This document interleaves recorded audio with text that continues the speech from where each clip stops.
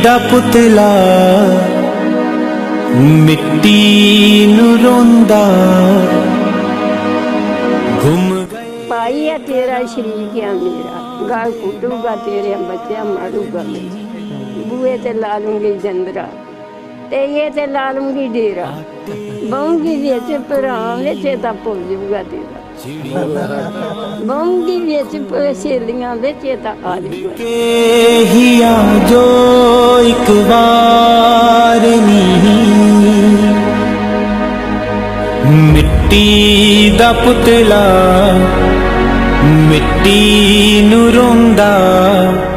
मेरी मां दे आंदी सी जो मेरा पोती नहीं रहा घूमना, इन्हां नूं सुतो दरिया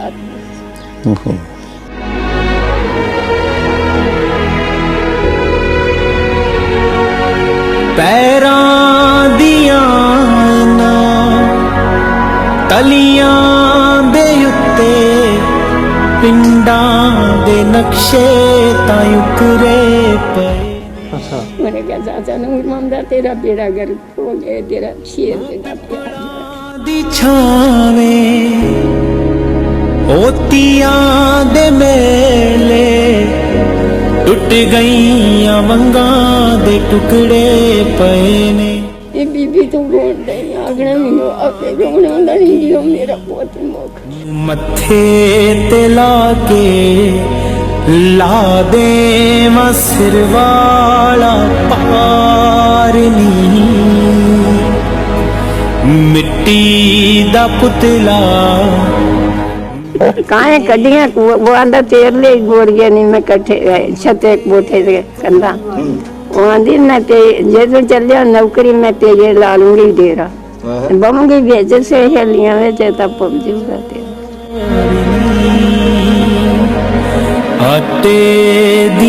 सोहना है पर दो हिस्सिਆਂ ਵਿੱਚ ਵੰਡਿਆ ਹੋਇਆ ਮੇਰਾ ਸੱਜਣ ਵੀ ਪੰਜਾਬ ਦੇ ਵਰਗਾ ਹੈ। ਪੰਜਾਬੀ ਲਹਿਰ ਦੀ ਟੀਮ ਅੱਜ ਆਪਣੀ ਹੈ ਜੀ 104 ਚੱਕ ਸੰਬਰਾਂ ਜੰਡਿਆਲਾ ਵਿੱਚ ਤੇ ਮੈਂ ਹਾਂ ਤੁਹਾਡਾ ਮੇਜ਼ਬਾਨ ਇਜਾਜ਼ ਤੇ ਮੇਰੇ ਨਾਲ ਹੋਣਗੇ ਨਾਸਰ ਢਿੱਲੋਂ ਜੀ ਔਰ ਤੌਹੀਦ ਅਹਿਮਦ ਚੱਠਾ ਸਾਹਿਬ। ਤੇ ਅਸੀਂ ਅੱਜ ਇੱਕ ਨਵੀਂ ਤੁਹਾਡੇ ਲਈ ਕਹਾਣੀ ਲੈ ਕੇ ਆਏ ਹਾਂ ਸਨ 47 ਦੇ ਉਜਾੜੇ ਦੀ। ਸਾਡੇ ਨਾਲ ਮਾਂ ਜੀ ਹੋਣਗੇ ਮੁਖਤਾਰਾਂ ਬੀਬੀ ਜੀ, ਇਹ ਪਿੱਛੋਂ ਅੰਮ੍ਰਿਤਸਰ ਦੇ ਇੱਕ ਪਿੰਡ ਦੇ ਨੇ ਤੇ ਇਹਨਾਂ ਕੋਲ ਹੀ ਅਸੀਂ ਸਾਰੀ ਜਿਹੜੀ ਉਹ ਕਹਾਣੀ ਜਿਹੜੀ ਹੈ ਉਹ ਤੁਹਾਡੇ ਸਾਹਮਣੇ ਜਿਹੜੀ ਉਹ ਪੇਸ਼ ਕਰਾਂਗੇ। ਤੇ ਇਹ ਜਿਹੜਾ ਸਾਡਾ ਦੁਖਾਂਤ ਹੈ, ਇਹ ਜਿਹੜਾ ਦੁੱਖ ਹੈ, ਇਹ ਸਾਡਾ ਦੋਨਾਂ ਪੰਜਾਬਾਂ ਦਾ ਸਾਂਝਾ ਦੁੱਖ ਹੈ ਔਰ ਪੰਜਾਬੀ ਲਹਿਰ ਦੀ ਟੀਮ ਇੱਕ ਲੰਮੇ ਚਿਰ ਤੋਂ ਇਸ ਸਿਲਸਿਲੇ ਨੂੰ ਲੈ ਕੇ ਟੁਰੀ ਹੈ ਤੇ ਅਸੀਂ ਪਿੰਡ ਪਿੰਡ ਜਾ ਕੇ ਆਪਣੇ ਉਹਨਾਂ ਵੱਡਿਆਂ ਦੀਆਂ ਜਿਹੜੇ ਇਸ ਵੰਡ ਵਿੱਚ ਜਿਹੜੇ ਉੱਧਰੋਂ ਹਿਜਰਤ ਕਰਕੇ ਇੱਧਰ ਆਏ ਤੇ ਉਹਨਾਂ ਦੇ ਨਾਲ ਜੋ ਜੋ ਵਾਪਰੀ ਜੋ ਬੀਤੀ ਉਹ ਕਹਾਣੀਆਂ ਅਸੀਂ ਤੁਹਾਡੇ ਨਾਲ ਸਾਂਝੀਆਂ ਕਰ ਰਹੇ ਹਾਂ ਜੀ। 47 ਦੇ ਵੇਲੇ ਦੀ ਜਿਹੜੀ ਗੱਲ ਹੈ ਉਹ ਇਸ ਤਰ੍ਹਾਂ ਕਿ ਹੁਣ ਅਗਰ ਅੱਜ ਅਸੀਂ ਬਹਿ ਕੇ ਉਸ ਗੱਲ ਨੂੰ ਸੋਚੀਏ ਤੇ ਇੰਜ ਹਨੇਰ ਲੱਗਦਾ ਹੈ ਕਿ ਸਮਝ ਨਹੀਂ ਆਉਂਦੀ ਗੱਲ ਦੀ ਕਿ ਉਸ ਵੇਲੇ ਪਿੰਡਾਂ ਥਾਵਾਂ ਤੱਕ ਜਿਹੜੇ ਲੋਕ ਵਾਈ ਬੀਜੀ ਕਰਦੇ ਸਨ, ਰਹਿੰਦੇ ਸਨ, ਉਹਨਾਂ ਨੂੰ ਕਿਵੇਂ ਪਤਾ ਲੱਗਿਆ ਕਿ ਅੱਜ ਵੰਡ ਪੈ ਗਈ ਹੈ, ਅੱਜ ਅਸੀਂ ਇੱਥੋਂ ਉੱਥੇ ਚਲੇ ਜਾਣਾ ਅਤੇ ਉਹ ਸਾਰੀ ਭੱਜ ਨੱਸ ਦੇ ਵਿੱਚ ਕਿਵੇਂ ਲੋਕ ਉੱਥੋਂ ਨਿਕਲੇ ਗਏ ਔਰ ਫਿਰ ਉਹਦੇ ਨਾਲ ਜੋ ਮਾਰ ਧਾੜ ਹੋਈ ਉਸ ਵੇਲੇ ਲੋਕਾਂ ਨੂੰ ਆਉਣ ਲੱਗਿਆਂ ਜੋ ਮੁਸੀਬਤਾਂ ਹੋਈਆਂ ਕਿਉਂਕਿ ਪੰਜਾਬ ਦੀ ਜਿਹੜੀ ਤਕਸੀਮ ਹੋਈ ਉਹਦੇ 'ਚ ਜੋ ਸਰਕਾਰਾਂ ਦੇ ਕਸੂਰ ਸਨ, ਕਿਸੇ ਨੇ ਕੋਈ ਸਟੈਟਿਸਟਿਕਸ ਨਹੀਂ ਕੱਢੇ, ਕਿਸੇ ਨੇ ਕੋਈ ਗਿਣਤੀ ਨਹੀਂ ਕੀਤੀ ਕਿੰਨੇ ਲੋਕਾਂ ਕਿੱਧਰੋਂ ਕਿੱਧਰ ਨੂੰ ਅਤੇ ਕਿੱਧਰੋਂ ਕਿਸੇ ਨੂੰ ਆਉਣਾ ਹੈ ਅਤੇ ਉਸ ਕਰਕੇ ਜੋ ਲੋਕਾਂ ਨੇ ਉਸ ਪੂਰੀ ਉਸ ਤਹਿਰੀਕ ਦੇ ਵਿੱਚ ਜੋ ਲੋਕਾਂ ਨੇ ਆਪਣੇ ਉੱਤੇ ਸਿਆ ਉਹ ਕੁਛ ਤੇ ਤਾਰੀਖ ਦੀਆਂ ਕਿਤਾਬਾਂ 'ਚ ਆ ਗਿਆ ਜਿਹੜਾ ਇੱਕ ਡਾਕੂਮੈਂਟ ਦੀ ਸੂਰਤ ਵਿੱਚ ਸਾਨੂੰ ਮਿਲ ਜਾਂਦਾ ਹੈ ਲੇਕਿਨ ਉਹ ਪੂਰਾ ਸੱਚ ਨਹੀਂ ਹੈ। ਜੋ ਲੋਕਾਂ ਨੇ ਖੁਦ ਜਿਹੜੀ ਹੱਡ ਬੀਤੀ ਹੈ, ਜੋ ਲੋਕਾਂ ਨੇ ਖੁਦ ਵੇਖਿਆ ਔਰ ਉਹਦੇ ਵਿੱਚੋਂ ਗੁਜ਼ਰੇ ਉਹ ਸਾਰਾ ਦਾ ਸਾਰਾ ਜਿਹੜਾ ਹੈ ਉਹ ਅਸਲ ਤਾਰੀਖ ਹੈ ਅਤੇ ਜਿਹਦਾ ਜਿਹੜਾ ਹੈ ਨਾ ਉਹ ਸਾਡੇ ਪੰਜਾਬੀ ਲਹਿਰ ਦੀ ਟੀਮ ਨਾਸਰ ਢਿੱਲੋਂ ਸਾਹਿਬ ਬੜੇ ਅੱਛੇ ਤਰੀਕੇ ਨਾਲ ਕਰ ਰਹੇ ਨੇ ਅਤੇ ਅੱਜ ਅਸੀਂ ਉਹਨਾਂ ਦੇ ਨਾਲ ਇੱਕ ਜਗ੍ਹਾ 'ਤੇ ਮਾਂ ਹੋਰਾਂ ਦਾ ਜਿਹੜੇ ਉਹ ਵੀ 47 ਦੀ ਵੰਡ 'ਚ ਹੀ ਆਏ ਉਹਨਾਂ ਦੇ ਨਾਲ ਅਸੀਂ ਗੱਲਬਾਤ ਕਰਾਂਗੇ। ਜਿਵੇਂ ਤੁਸੀਂ ਚੱਠਾ ਸਾਹਿਬ ਦੱਸ ਰਹੇ ਸਨ ਗੱਲਬਾਤ, ਤੁਹਾਨੂੰ ਪਤਾ ਪੰਜਾਬੀ ਲਹਿਰ ਦੀ ਟੀਮ ਬੜੇ ਲੰਮੇ ਅਰਸੇ ਤੋਂ ਬੜੀ ਲੰਮੀ ਦੇਰ ਤੋਂ ਹੋ ਗਈ ਸਾਨੂੰ ਇਹਨਾਂ ਕੋਸ਼ਿਸ਼ਾਂ ਦੇ ਵਿੱਚ ਇਹਨਾਂ ਸਟੋਰੀਜ਼ ਨੂੰ ਹਕਾਇਕ ਸੱਚ ਜਿਹੜੇ ਸਾਡੇ ਤੱਕ ਨਹੀਂ ਪਹੁੰਚ ਸਕਦੇ ਜਾਂ ਅਸੀਂ ਕਹਿ ਸਕਦੇ ਹਾਂ ਦੋਵਾਂ ਪਾਸੇ ਜਿਹੜੀ ਉਹ ਸੋਚ ਜ਼ਰਾ ਡਿਫਰੈਂਟ ਸੀ।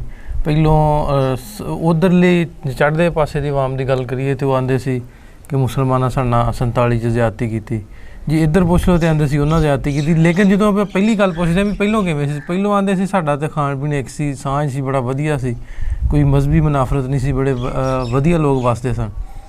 ਤੇ ਉਹਨਾਂ ਸਾਂਝਾਂ ਤੇ ਵੀ ਗੱਲ ਕਰੀ ਦੀ ਹੈ ਤੇ ਕੁਝ ਜਾਣਨ ਦੀ ਕੋਸ਼ਿਸ਼ ਕਰੀ ਦੀ ਕਿ ਆਇਆ ਕਿ ਹੋਇਆ ਕੀ ਹੈ, ਕਿਉਂ ਇਸ ਤਰ੍ਹਾਂ ਦੇ ਹਾਲਾਤ ਬਣੇ ਕਿ ਜਿਹੜੇ ਇਕੱਠੇ ਵਸਦੇ ਸਨ ਲੋਕ ਕਿਉਂ ਇੱਕ ਦੂਜੇ ਦਾ ਨਫ਼ਰਤ ਦੀ ਅੱਗ ਝੁੱਲ ਗਏ, ਇੱਕ ਦੂਜੇ ਨੂੰ ਮਾਰਨ ਵੱਢਣ ਲੱਗ ਪਏ। ਤੇ ਉਸ ਤੋਂ ਹਟ ਕੇ ਇਹਨਾਂ ਸਟੋਰੀਜ਼ ਨੂੰ ਤੁਹਾਡੇ ਤੱਕ ਰੱਖਣ ਦਾ ਮਕਸਦ, ਆਵਾਮ ਤੱਕ ਪਹੁੰਚਾਉਣ ਦਾ ਮਕਸਦ, ਆਉਣ ਵਾਲੀ ਜਨਰੇਸ਼ਨ ਵਾਸਤੇ ਵੀ ਇਹਨਾਂ ਲੋਕਾਂ ਨੂੰ ਵੀ ਜਿਵੇਂ ਉਹ ਗੱਲ ਕਰਦੇ ਵੀ ਨਿੱਕੇ ਆਂਦੇ ਆਜ਼ਾਦੀ ਲੱਭੀ ਤੇ ਵੱਡੇ ਆਂਦੇ ਉਜਾੜੇ ਪਏ, ਉਹਨਾਂ ਨੂੰ ਆਜ਼ਾਦੀ ਕਿਵੇਂ ਲੱਭੀ ਤੇ ਇਹਨਾਂ ਦੇ ਉਜਾੜੇ ਕਿਵੇਂ ਪਏ, ਉਹ ਸਟੋਰੀਜ਼ ਵੀ ਜਿਹੜੀਆਂ ਨੇ ਉਹਨਾਂ ਦੇ ਵੀ ਸੱਚ ਜਿਹੜੇ ਨੇ ਉਹ ਤੁਹਾਡੇ ਸਾਹਮਣੇ ਤੱਕ ਨਵੀਂ ਜਨਰੇਸ਼ਨ ਤੱਕ ਵੀ ਜਿਹੜੇ ਵੇ ਪਹੁੰਚ ਸਕਣ। ਇਹਨਾਂ ਨੂੰ ਪ੍ਰੀਜ਼ਰਵ ਕਰਨ ਦਾ ਥੋੜ੍ਹਾ ਜਿਹਾ ਸਾਡਾ ਇਹਦੇ ਵਿੱਚ ਮਕਸਦ ਵੀ ਹੈ ਤੇ ਕੁਝ ਹਕਾਇਕ ਜਾਣਨ ਦਾ ਕਿ ਕਿਉਂ ਇਸ ਤਰ੍ਹਾਂ ਦੇ ਉਦੋਂ ਹਾਲਾਤ ਪੈਦਾ ਹੋਏ। ਤੇ ਉਸ ਤੋਂ ਹਟ ਕੇ ਉਹਨਾਂ ਸਾਂਝਾਂ ਦੀ ਗੱਲ ਕਰਕੇ, ਉਸ ਪਿਆਰ ਮੁਹੱਬਤ ਦੀ ਗੱਲ ਕਰਕੇ, ਦੋਵਾਂ ਪਾਸੇ ਦੀ ਵਸਦੀ ਆਵਾਮ ਵਿੱਚ ਆਪਸੀ ਪਿਆਰ ਮੁਹੱਬਤ ਤੇ ਅਮਨ ਦਾ ਇੱਕ ਮੈਸੇਜ ਪੈਗਾਮ ਹੀ ਪਹੁੰਚਾਉਣ ਦਾ ਇਹ ਸਾਡਾ ਇੱਕ ਮਕਸਦ ਆ। ਤੇ ਗੱਲ ਕਰਦੇ ਹਾਂ ਮਾਂ ਜੀ ਨਾਲ ਹੁਣਾਂ ਦੇ ਨਾਲ ਤੇ ਉਹਨਾਂ ਕੋਲੋਂ ਪੁੱਛਦੇ ਹਾਂ ਉਹਨਾਂ ਦੀ ਆਪ ਬੀਤੀ, ਉਹਨਾਂ ਦੀ ਸਟੋਰੀ, ਉਹਨਾਂ ਦੀ ਕਹਾਣੀ, ਉਹਨਾਂ ਦੇ ਉਜਾੜਿਆਂ ਦੀ ਦਾਸਤਾਨ ਕਿਵੇਂ ਉਜੜ ਕੇ ਇੱਧਰ ਆਏ। ਅਸਲਾਮ ਵਾਲੇਕੁਮ ਮਾਂ ਜੀ। ਵਾਲੇਕੁਮ ਸਲਾਮ। ਮਾਂ ਜੀ ਕੀ ਹਾਲ ਜੀ, ਸਿਹਤ ਠੀਕ ਜੇ? ਸ਼ੁਕਰ ਅੱਲਾਹ ਦਾ। ਮਾਂ ਜੀ ਕੀ ਨਾਂ ਤੁਹਾਡਾ? ਮੇਰਾ ਨਾਮ ਪੁੱਤ ਮੁਖਤਾਰ। ਅੱਛਾ ਮਾਂ ਜੀ, ਮੁਖਤਾਰਾ ਨਾਂ ਤੁਹਾਡਾ ਤੇ ਉਮਰ ਦਾ ਕੋਈ ਪਤਾ ਕਿੰਨੀ ਕੁ ਹੋ ਗਈ ਹੁਣ, ਹੈ ਆਈਡੀਆ ਅੰਦਾਜ਼ਾ? ਉਹ ਤਾਂ ਹੁਣ ਬਥੇਰੀ ਉਮਰ ਆ। ਮੈਂ ਆਖਾਂ ਹਾਂ ਹੋ ਹਿੰਦੁਸਤਾਨ ਪਾਕਿਸਤਾਨ ਬਣਿਆ ਤੇ ਅੱਜ ਦੀਆਂ ਅੱਛਾ ਜਦੋਂ ਸਾਡਾ ਭਰਾ ਸ਼ਹੀਦ ਹੋਇਆ ਉਦੋਂ ਮੈਂ ਏਡੀ ਗਈ ਸੀ ਜੇ ਉੱਜੜ ਗਿਆ, ਜਦੋਂ ਉਦੋਂ ਜੁੜ ਗਿਆ ਹੋਈ ਸੀ ਕਮਾਲੀ ਚੰਗੀ। ਹਾਂਜੀ ਅੱਛਾ ਨਹੀਂ ਤੋੜ ਕੇ ਆਏ ਸੀ ਦਾਦੀ ਆਪਣੀ ਨਾਲ ਲੀੜਾ ਫੜ ਕੇ। ਸਾਡੀ ਮਾਂ ਤੇ ਰੋਂਦੀ ਵੈਣ ਪਾਉਂਦੀ, ਮੇਰਾ ਭਰਾ ਸ਼ਹੀਦ ਹੋ ਗਿਆ। ਮੇਰੀ ਮਾਂ ਦੇ ਆਏ ਤੋਂ ਤੱਕ ਰਹਿੰਦੀ ਸੀ ਕਿ ਮੈਂ ਰੋੜਦਾ, ਮੇਰਾ ਕੋਈ ਕਮਾਉਣ ਵਾਲਾ ਹੀ ਨਹੀਂ। ਫਿਰ ਮੇਰਾ ਬਾਪ ਕਹਿਣ ਲੱਗਾ ਕਿ ਨਾ ਪੜ੍ਹੇ ਲੋਕ ਕਰੇਗੀ ਨਹੀਂ ਕਿ ਤੈਨੂੰ ਤੇ ਹਾਂ ਪਊਗੀ, ਇੰਨਾ ਕੋਈ ਕਮਾਉਣ ਵਾਲਾ ਸੀ ਨਾ ਕੋਈ। ਸਾਡਾ ਵੀਰ ਸੀ ਸ਼ਹੀਦ ਹੋ ਗਿਆ। ਕਿੱਡਾ ਤੁਹਾਡੇ ਤੋਂ ਵੱਡਾ ਸੀ ਛੋਟਾ ਸੀ? ਮੇਰਾ ਭਰਾ ਜਵਾਨ ਸੀ, ਤੁਹਾਡੇ ਵਰਗੋਂ ਸੀ। ਅੱਛਾ ਜੈਸੇ ਗਿਆ ਵਾ ਤੇ ਜਾ ਕੇ ਗਿਆ ਉਹਨਾਂ ਕਿੱਥੋਂ ਆਏ ਘਰੇ ਖਾਂਦੇ ਚੱਕੋ, ਉਹਨੇ ਬਰਸੀ ਮਾਰੀ ਤੇ ਆਂਦਰਾਂ ਕਾਟ ਮੁੜ ਕੇ ਉਹ ਤੋਂ ਆਇਆ ਸਾਈ ਤੇ ਉਹਨੇ ਆਖਿਆ ਚਾਚਾ ਨੂਰ ਮੁੰਡਾ ਤੇਰਾ ਪੁੱਤ ਸ਼ਹੀਦ ਹੋ ਗਿਆ। ਕਿ ਕੋਈ ਸਾਹ ਹੁੰਦਾ ਸੀ, ਉਹਨੇ ਆਂਦਰਾਂ ਇੱਥੇ ਬੇਟੇ ਚ ਪਾ ਲਿਆ ਤੇ ਲੀੜਾ ਬੱਧਾ 2 ਕਿੱਲੇ ਸਾਡੇ ਕੋ ਆਇਆ। ਫਿਰ ਦੇਖ ਪਿਆ। ਫਿਰ ਮੇਰੀ ਮਾਂ ਆਂਦੀ ਸੀ ਇਹਨਾਂ ਨੂੰ ਕੌਣ ਕਮਾ ਕੇ ਖਵਾਏ, ਭਰਾ ਮੇਰਾ ਇੱਕ ਲੱਤੋਂ ਲੰਘਾ ਸੀ ਤੇ ਦੂਜਾ ਛੋਟਾ ਵੀ ਨਹੀਂ ਸੀ ਲੱਗਦਾ। ਇਹ 4 ਸਾਲਾਂ ਪਿੱਛੋਂ ਪਈ ਨਜ਼ੀਰ ਆਇਆ ਤੇ ਫਿਰ ਏਦਾਂ ਕਰਦੇ ਨਹੀਂ ਮੇਰਾ ਪਿਓ ਕਹਿਣ ਲੱਗਾ ਨਾ ਇਹ ਤੇ ਨਹੀਂ ਸਬਰ ਪਊਗਾ ਨਾ, ਜੋ ਇਹਨਾਂ ਦੀ ਕਿਸਮਤ ਹੈ।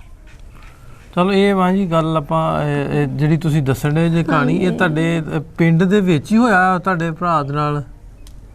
ਅਸੀਂ ਉੱਜੜ ਕੇ ਨਾ ਆ ਗਏ ਸੀ, ਪਿੰਡੋਂ ਨਿਕਲ ਆਏ? ਪਿੰਡੋਂ ਨਿਕਲ ਆਏ। ਅੱਛਾ ਪਹਿਲਾਂ ਤਾਂ ਪਿੰਡ ਦੱਸ ਦਿਓ ਕਿਹੜਾ ਸੀ ਤੁਹਾਡਾ ਪਿੱਛੇ? ਕਰੇ ਖਾਂ ਦਾ ਚੱਕ। ਕਰੇ ਖਾਂ ਦਾ ਚੱਕ ਕਿਹੜੇ ਜ਼ਿਲ੍ਹੇ 'ਚ? ਅੰਮ੍ਰਿਤਸਰ। ਅੰਮ੍ਰਿਤਸਰੋਂ ਕਿੰਨਾ ਕੁ ਦੂਰ ਸੀ ਸ਼ਹਿਰ ਤੋਂ? ਬਹੁ ਇਹ ਨਹੀਂ ਮੈਨੂੰ ਪਤਾ, ਆਂਦੇ ਸੀ ਵੀ ਲਾਗੇ ਕੋਟਲੀ ਸ਼ਹਿਰ ਸੀ। ਕੋਟਲੀ ਆ ਲਾਗੇ? ਹਾਂ ਕੋਟਲੀ। ਅੱਛਾ ਲਾਗੇ ਜਿਹੜਾ ਕਰੇ ਖਾਂ ਦਾ ਪਿੰਡ ਕਰੇ ਖਾਂ ਦਾ ਚੱਕ ਉੱਥੇ ਲਾਗੇ ਅੰਮ੍ਰਿਤਸਰ ਜ਼ਿਲ੍ਹਾ ਸੀ। ਲਾਗੇ ਹੋਰ ਕਿਸੇ ਪਿੰਡ ਦਾ ਵੀ ਪਤਾ ਹੋਗਾ ਲਾਗੇ ਫਲਾਣਾ ਪਿੰਡ ਸੀ? ਨਹੀਂ ਹੋਰ ਨਹੀਂ ਪਤਾ। ਠੀਕ। ਅੱਛਾ ਕਰੇ ਖਾਂ ਦਾ ਚੱਕ ਸੀ ਤੇ ਇਹ ਅਜਾੜਿਆਂ ਤੋਂ ਪਹਿਲੋਂ ਅੰਮ੍ਰਿਤਸਰ ਦੇ ਵਿੱਚ। ਤੇ ਤੁਹਾਡੀ ਬਰਾਦਰੀ ਕਿੰਨੀ ਸੀ ਉਸ ਪਿੰਡ ਦੇ ਵਿੱਚ? ਸਾਡੀ ਬਰਾਦਰੀ ਹੈਗੇ ਅੰਮ੍ਰਿਤਸਰ ਦੇ ਘਰ ਅਜੇ ਵੀ 17 ਤੇ ਆ। ਪਰਲੀਆਂ ਜੀ ਵੀ ਆ, ਉਰਲੀਆਂ ਜੀ। ਨਹੀਂ ਇਹ ਕਰੇ ਖਾਂ 'ਚ ਕਿੰਨੇ ਕੁ ਜੀ ਤੁਸੀਂ, ਕਿੰਨੇ ਕੁ ਟੱਬਰ ਸੀ ਤੁਹਾਡਾ? ਇਹ ਸਾਡਾ ਤੇ ਬਾਪ ਕੱਲਾ ਹੀ ਸੀ। ਕੱਲਾ ਹੀ ਸੀ? ਹਾਂ ਠੀਕ। ਇੱਕ ਭੈਣ ਤੇ ਇੱਕ। ਤੇ ਤੁਸੀਂ ਕਿੰਨੇ ਸੋ ਭੈਣ ਭਰਾ?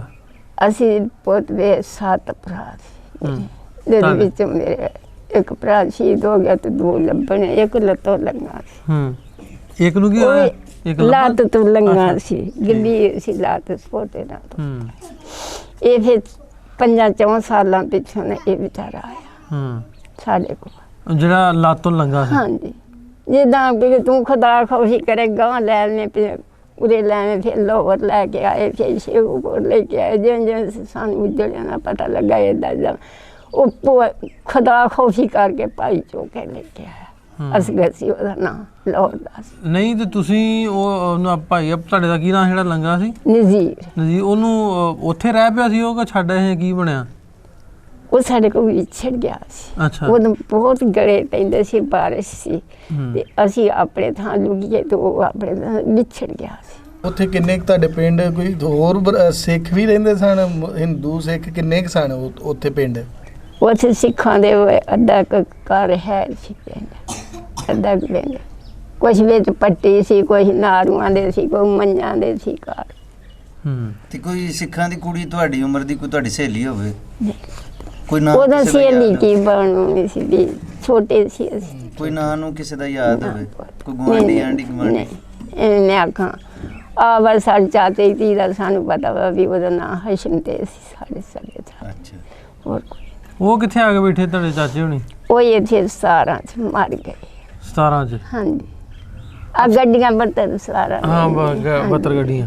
ਅੱਛਾ, ਇਹਨਾਂ ਜਿਹੜੇ ਹੋਏ ਉਜਾੜੇ ਪਏ ਆ, ਹਾਂਜੀ। ਇਹ ਕੋ ਪਹਿਲਾਂ ਤੁਹਾਨੂੰ ਪਤਾ ਸੀ ਵੀ ਇਹ ਉੱਜੜ ਜਾਣਾ ਸੀ? ਨਾ ਸੁਣਿਆ, ਪਤਾ ਹੀ ਨਹੀਂ ਸੀ। ਕਿਵੇਂ ਪਤਾ ਲੱਗਾ, ਕਿਹਨੇ ਦੱਸਿਆ?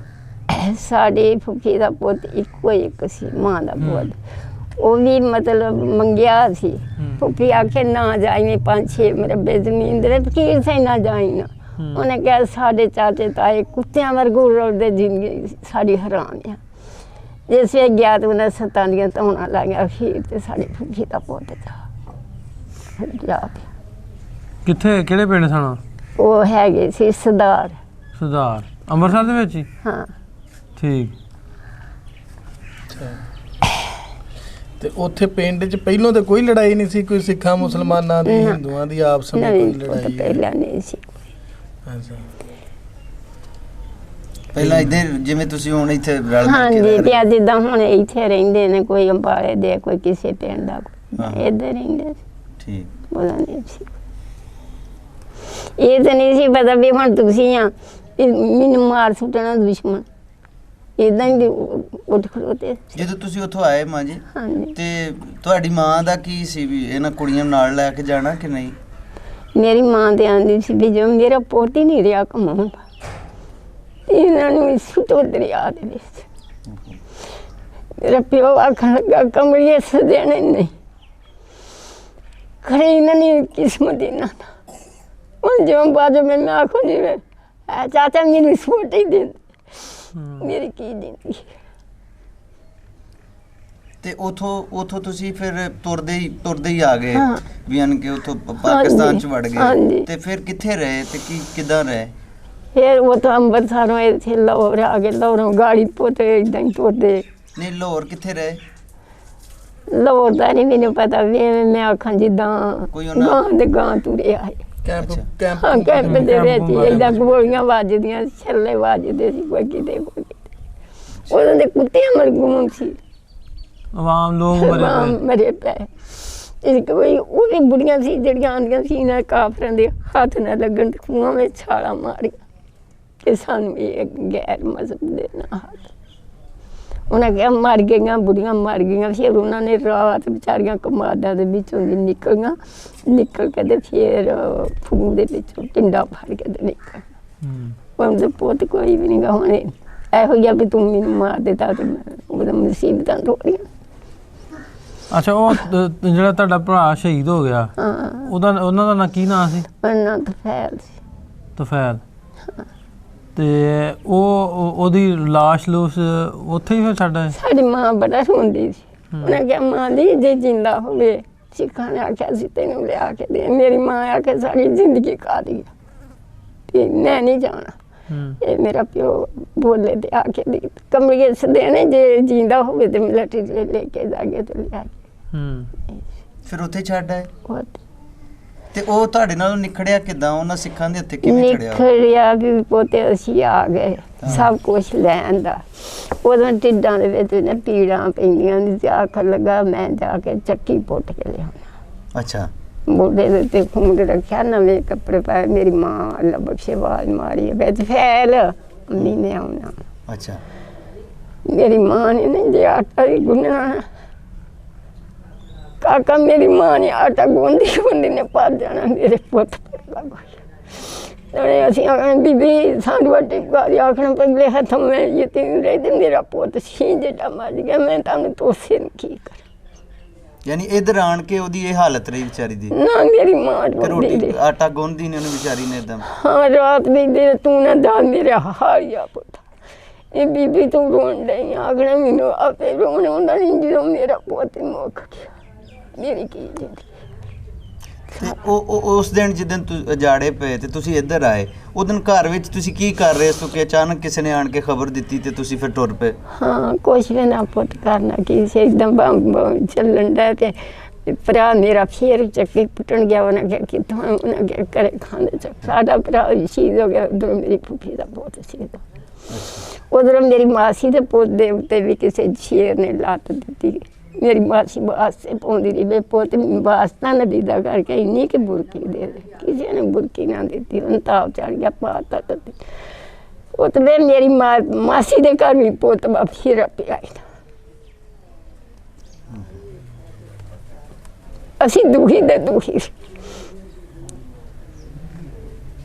ਉਹ ਵੀ ਦੋ ਭੈਣਾਂ ਦੋ ਦੀਆਂ ਕਾਲੀ ਪੁੱਤ ਨਹੀਂ ਉਹਨਾਂ ਕੀ ਦੱਸਿਆ ਤੁਹਾਨੂੰ ਵੀ ਇੱਥੋਂ ਚਲੀਏ ਹੁਣ ਜਾਂ ਖੂਨ ਖਰਾਬਾ ਹੁੰਦਾ ਪਿਆ ਤੇ ਅਸੀਂ ਉਧਰ ਚਲੀਏ ਤੇ ਉਧਰ ਕੀ ਹੋਏਗਾ ਤੇ ਜਦੋਂ ਹੈਦਾਂ ਜੰਗ ਚੱਲਿਆ ਗੋਲੀਆਂ ਚੱਲਣ ਤੇ ਇੱਥੇ ਪਿੰਡ 'ਚ ਲਾ ਲਓ ਕੋਈ ਫਿਰ ਆਖੀ ਦੇ ਇਸ ਪਿੰਡ 'ਚੋਂ ਨਿਕਲ ਚੱਲੀਏ ਜਾਣ ਬਚ ਠੀਕ ਹੈ। ਅੱਛਾ ਨਹੀਂ ਤੁਹਾਡੇ ਜਿਹੜੇ ਪਿੰਡ ਵਾਲੇ ਕਰੇ ਖਾਂ ਵਾਲੇ ਆ ਪਿੰਡ ਵਾਲੇ ਉਹਨਾਂ ਨੇ ਤੁਹਾਨੂੰ ਕੁਝ ਨਹੀਂ ਆਖਿਆ ਜਿਹੜੇ ਦੂਜੇ ਸੀ ਗੈਰ ਮਤਲਬ ਉਹਨਾਂ ਨੇ ਆਪ ਦੱਸਿਆ ਅੱਛਾ ਉਹਨੇ ਕਿਹਾ ਚਾਚਾ ਨੂਰ ਮਮਦਾ ਤੇਰਾ ਬੇੜਾ ਗਰਕ ਹੋ ਗਿਆ ਤੇਰਾ ਸ਼ੇਰ ਜਿਹੜਾ ਪਿਆ ਜੋ ਉੱਥੇ ਅੱਛਾ ਉਹਨਾਂ ਨੇ ਕੋਈ ਨੁਕਸਾਨ ਨਹੀਂ ਕੀਤਾ ਇਹ ਕੋ ਬਾਹਰ ਦੇ ਲੋਕ ਸੁਣੋ ਕੋ ਬਾਹਰ ਦੇ ਪਿੰਡ ਦੇ ਇਧਰੋਂ ਜਿਹੜੇ ਗਏ ਸੀ ਅੱਛਾ ਜਿਹੜੇ ਇਧਰੋਂ ਉੱਠ ਉਜੜ ਕੇ ਗਏ ਸੀ ਉਧਰ ਜਦੋਂ ਇਧਰੋਂ ਤੁਸੀਂ ਉਹ ਜਾਓ ਤੇ ਸਾਨੂੰ ਮਾਰਨਾ ਹੀ ਆ ਤੁਸੀਂ ਅੱਛਾ ਉਸ ਤੋਂ ਪਹਿਲਾਂ ਜਦੋਂ ਨਹੀਂ ਸੀ ਪਤਾ ਵੀ ਇਹ ਵੰਡ ਹੋ ਜਾਣੀ ਹੈ ਜਾੜੇ ਪੈ ਜਾਣੇ ਆ ਉਦੋਂ ਨਹੀਂ ਸੀ ਉਦੋਂ ਮੈਂ ਨਾ ਵੀ ਇਹਦੇ ਵਿੱਚ ਤੁਹਾਡੇ ਘਰ ਥੋੜੇ ਸੀ ਉਸ ਕਰੇ ਖਾਂ ਦੇ ਵਿੱਚ ਜਾਂ ਮੁਸਲਮਾਨਾਂ ਦੇ ਬਹੁਤੇ ਵਾਵਾ ਘਰ ਸੀ? ਨਹੀਂ ਵਾਵਾ ਹੀ ਸੀ ਮੁਸਲਮਾਨਾਂ ਦੇ ਵੀ ਸਿੱਖਾਂ ਦੇ ਵੀ ਜਿੱਦਾਂ ਹੁਣ ਵਿੱਚੇ ਮੁਸਲਮਾਨ ਰਹਿੰਦੇ ਸਾਈ ਆ ਹੁਣ 17 ਚ ਰਹਿੰਦੇ ਹੀ ਆ ਸਾਨੂੰ ਸਾਈਆਂ ਮੁਸਲਮਾਨਾਂ ਨਾਲ ਵੱਧ ਕੇ ਉਹ ਸਾਈ ਆ ਜੀ ਜਿਵੇਂ ਪੈ ਜਵੇ ਫਿਰ ਕੁਛ ਵੀ ਨਾ ਅਦਾ ਪਹਿਲਾਂ ਇਸ ਤਰ੍ਹਾਂ ਦਾ ਕੋਈ ਮਜ਼ਹਬੀ ਕੋਈ ਚੱਕਰ ਨਹੀਂ ਸੀ ਇੱਕ ਦੂਜੇ ਨਾਲ ਕੋਈ ਮੁਨਾਫਰਤ ਨਹੀਂ ਜਾਂ ਕੋਈ ਰੌਲਾ ਨਹੀਂ ਸੀ? ਤੁਹਾਨੂੰ ਕੋਈ ਉਹ ਯਾਦ ਹੈ ਉਸ ਪਿੰਡ ਦਾ ਕੋਈ ਚੌਧਰੀ ਦਾ ਨਾਂ ਉੱਥੇ ਦੇ ਸਿੱਖ ਦਾ ਕਿਸੇ ਦਾ ਨਾਂ ਵੱਡੇ ਦਾ ਵੱਡੇ ਕਿਸੇ ਨਹੀਂ ਜਿਹਦਾ ਨਾਂ ਲੈਂਦੇ ਮੈਨੂੰ ਸਨ? ਨਹੀਂ ਮੈਂ ਆਖਾਂ ਅੱਛਾ ਉਹ ਕਦੀ ਆਉਂਦੀ ਯਾਦ ਪੁਰਾਣੀ ਵੀ ਕਿਵੇਂ ਅਸੀਂ ਉੱਜੜ ਕੇ ਆਏ ਕਿੱਥੋਂ ਕਿਵੇਂ ਤੁਰੇ ਤੇ ਪੁੱਤ ਭੁੱਲਦਾ ਹੀ ਆ ਉਹ ਭੁੱਲਦਾ ਤਾਂ ਨਹੀਂ ਨਾ ਜ਼ਖਮ ਜਿਹੜਾ ਲੱਗਦਾ ਏਦਾਂ ਅਸੀਂ ਆਏ ਹੁਣ ਤੇ ਰਮਾਨਾ ਕੁੜੀਆਂ ਤੇ ਬੈਠੇ ਉਦੋਂ ਆਪਣੀਆਂ ਜਾਨਾਂ ਦਾ ਸੀ ਉਦੋਂ ਹੀ ਲੱਤਾਂ ਦੇ ਨੰਗੇ ਬੰਦਿਆਂ ਦਾ ਲੋਕ ਜਾਣਦੇ ਸੀ ਆਪਣੀਆਂ ਦਾ ਅੱਛਾ ਇੱਧਰ ਆ ਕੇ ਕਿਵੇਂ ਫਿਰ ਲਿਆਂਦੀ ਤੇ ਉੱਥੋਂ ਕੋਈ ਸ਼ਾਇਦ ਨਾ ਖਾਣ ਪੀਣ ਦਾ ਕਿਵੇਂ ਆ ਕੇ ਬੰਦੋਬਸਤ ਇੱਧਰ ਕੀਤਾ? ਪੁੱਤ ਕੋਈ ਏਦਾਂ ਸੀ ਵੀ ਰੋਟੀ ਦਿੰਦਾ ਵਾ ਰੋਟੀ ਲੈ ਆਵੋ ਕੋਈ ਦਾਣੇ ਦਿੰਦਾ ਵਾ ਦਾਣੇ ਫੱਕਾ ਸਾਹਿਬ ਲੋ ਦਾ ਪਾਣੀ ਪੀ ਲਓ ਹੋਰ ਤੇ ਘਰ ਘੁਰ ਦਾ ਰਹਿਣ ਦਾ ਕਿਵੇਂ ਇੰਤਜ਼ਾਮ ਹੋਇਆ? ਕੁਛ ਨਹੀਂ ਸੀ ਸੜਕ ਤੇ ਸੜਕ ਕਿੰਨੀ ਦੇਰ ਬਾਹਰ ਹੀ ਸੁੱਤੇ ਸੜਕਾਂ ਤੇ ਰਹੇ? ਕਾਫੀ ਚਿਰ ਰਹੇ ਆਂ ਤੇ ਫਿਰ ਇਹ ਇੱਥੇ ਆ ਗਏ ਪਹਿਲਾਂ ਆਏ 85 ਚ ਫਿਰ ਆਏ ਇੱਥੇ 17 ਪਾਰਲੀਆਂ ਦੇ ਫਿਰ ਆਏ ਉਰਲੀਆਂ ਤੇ ਧੱਕੇ ਤੋੜੇ ਖਾਂਦੇ ਤੇ ਫਿਰ 4-5 ਸਾਲਾਂ ਵਿੱਚ ਮੇਰਾ ਭਰਾ ਦੂਜਾ ਦਿਲ ਲੰਗਾ ਸੀ ਉਹ ਉਹਨੂੰ ਲਾਹੌਰ ਦਾ ਪਤਾ ਲੈ ਕੇ ਆਇਆ? ਲਾਹੌਰ ਦਾ ਸੀ। ਅੱਛਾ ਤੇ ਉਹਨੂੰ ਪੁੱਛਿਆ ਨਹੀਂ ਵੀ ਉੱਥੇ ਕਿੱਥੇ ਰਹਿੰਦਾ ਸੀ ਉਹ ਲੰਗਾ ਜਿਹੜਾ? ਉਹ ਜਿਹੜਾ ਸੀ ਉਹ ਵਿਚਾਰਾ ਨੇ ਘਰ ਰਹਿ ਗਿਆ ਜੇ ਮੀਂਹ ਦੇ ਬੱਦਲ ਸੀ ਨਾ ਇੱਦਾਂ ਉਹ ਆਖਣ ਲੱਗਾ ਲੈ ਨਹੀਂ ਮੈਂ ਤੇਰਾ ਭਰਾ ਲੈ ਕੇ ਆਇਆ ਇਹ ਵਿਚਾਰਾ ਬੇਵਾਰ ਸੀ ਇਹਦਾ ਕੋਈ ਵਾਰਿਸ ਪਾਣਾ ਵੀ ਮੇਰਾ ਪਤਾ ਨਹੀਂ ਕੋਈ ਬਿਮਾਰੀ ਗਏ ਕੋਈ ਵੀ ਨਹੀਂ ਰਿਹਾ ਉਸ ਭਾਈ ਦਾ ਭਲਾ ਹੋਵੇ ਨਾ ਜਿੱਥੋਂ ਪੁੱਛਦਾ ਪਛਾਉਂਦਾ ਸਾਰਾ ਨਹੀਂ ਉੱਥੇ ਇਹ ਨਹੀਂ ਪੁੱਛਿਆ ਵੀ ਉੱਥੇ ਪਿਛਾਂ 5 ਸਾਲ ਕਿੱਥੇ ਰਿਹਾ? ਉਹਨਾਂ ਦੇ ਕੋਈ ਰਿਹਾ ਲਾਹੌਰ ਹੀ ਰਿਹਾ? ਹਾਂ ਸਿੱਧਰੇ ਉਹ ਸ਼ੇਰ ਆਉਂਦੇ ਰਹੇ ਸਾਨੂੰ ਮੈਂ ਆਖੀ ਪੁੱਤ ਜਿੱਦਾਂ ਤੁਸੀਂ ਭੈਣਾਂ ਭਰਾਵਾਂ ਮਰਗੂ ਕਈ ਵਾਰ ਆਟਾ ਗੁੰਨ੍ਹਣਾ ਮੇਰੀ ਮਾਂ ਨੂੰ ਆਖਣਾ ਮਾਂ ਤੂੰ ਰੋਂਦੀ ਰਹਿੰਦੀ ਘਰ ਅਸੀਂ ਆਟਾ ਗੁੰਨੀਏ ਰੋਟੀ ਪਕਾਈ ਗਹਿਰੀ ਸੀ ਖੁਦਾ ਖੌਫੀ ਜਿਵੇਂ ਤੁਸੀਂ ਹੁਣ ਮੇਰੇ ਤੇ ਕਰੋ ਜਾਂ ਮੈਂ ਆਖਾਂ ਵੀ ਇਹ ਮੇਰੀ ਪੋਤੀ ਆ ਅੱਲਾ ਕਰੇ ਤੇ ਪੁੱਤਰ ਨਾ ਮਰਨ ਬੁੱਧੀ ਮਾਪਿਆਂ ਦੇ ਮਰ ਜਾਂਦੇ ਤੇ ਮਰ ਜਾਂਦੇ ਜਾਨ ਜਾਂਦੀ ਵਿੱਚ ਸਿਆਪ ਜਿਸ ਬਲ ਨੂੰ ਫੁੱਲ ਟੁੱਟ ਜਾਂਦਾ ਉਹ ਤੇ ਫੁੱਲ ਹੋ ਜਾਂਦੀ ਮੰਗ ਛਾਤੀ ਨਿੱਕੀ ਨਾਲ ਦਾ ਖਾਂਦ ਨਾ ਮਰੇ ਯਾਰ ਉਹ ਮਰ ਜਾਂਦਾ ਤੇ ਤਤਰੀ ਬਹਿ ਜਾਂਦੀ ਬੂਆ ਮਰ ਗਿਆ ਮਾਪਿਆ। ਅੱਛਾ ਬੀਬੀ, ਉਦੋਂ ਤੁਹਾਡੇ ਖੇਡਾਂ ਖੂਡਾਂ ਕੀ ਸੀ? ਤੁਸੀਂ ਜਦੋਂ ਨਿੱਕੀ ਜਿਹੀ ਆਇਆ ਸੀ ਕੋਈ ਪੁੱਤ ਵੇ ਅਸਾਂ ਖੇਡਾਂ ਕੀ ਖੇਡੀਆਂ, ਸਾਡੀ ਮਾਂ ਡਰਦੇ ਨਹੀਂ ਲੈਣੀ ਪੈਂਦੀ, ਸਾਡੀ ਮਾਂ ਨਹੀਂ ਸੀ। ਸਹੀ। ਅਸੀਂ ਸਾਡੀ ਮਾਂ ਦੀ ਟੀਮ ਸੀ, ਮਾਸੀਆਂ ਨੇ ਪਾਲੀ ਤੇ ਗਾੜੀ ਖੇਰ ਪੁੱਤ ਸ਼ਹੀਦ ਹੋ ਗਿਆ ਸੀ। ਸਾਡੀ ਮਾਂ ਨੇ ਆਟਾ ਗੁਨਾ ਰਾਤ ਲੈਣ ਪਾਉਣ ਸੁੱਤੀ ਪਈ ਨੂੰ ਆਖਣਾ ਬੀਬੀ ਤੂੰ ਕਿੱਧਰ ਗਈ ਸੀ, ਸਾਨੂੰ ਰੋਟੀ ਕਰਨੀ, ਆਖਣਾ ਤੁਹਾਨੂੰ ਤੋਸੇ ਦੀਆਂ ਨੇ ਮੈਂ ਕਿੱਦਾਂ ਤੂੰ ਨਾ ਜਾ ਮੇਰੇ ਹਾਰੀਆ ਪੁੱਤਾ ਫਿਰ ਥੈਲ ਮੈਂ ਤੇ ਤੈਨੂੰ ਖੜੀ ਨਹੀਂ ਮੈਂ ਤੈਨੂੰ ਪਤਾ ਸੀ ਪੁੱਤਾ ਮੇਰਾ ਪਿਛਲਾ ਪੰਨਾ ਹੈ ਨਹੀਂ, ਸਾਡੀ ਮਾਂ ਦਾ ਕੋਈ ਨਹੀਂ ਸੀ ਸਹੀ। ਭਰਾ ਭੈਣਾਂ ਹੀ ਸੀ ਦੋ।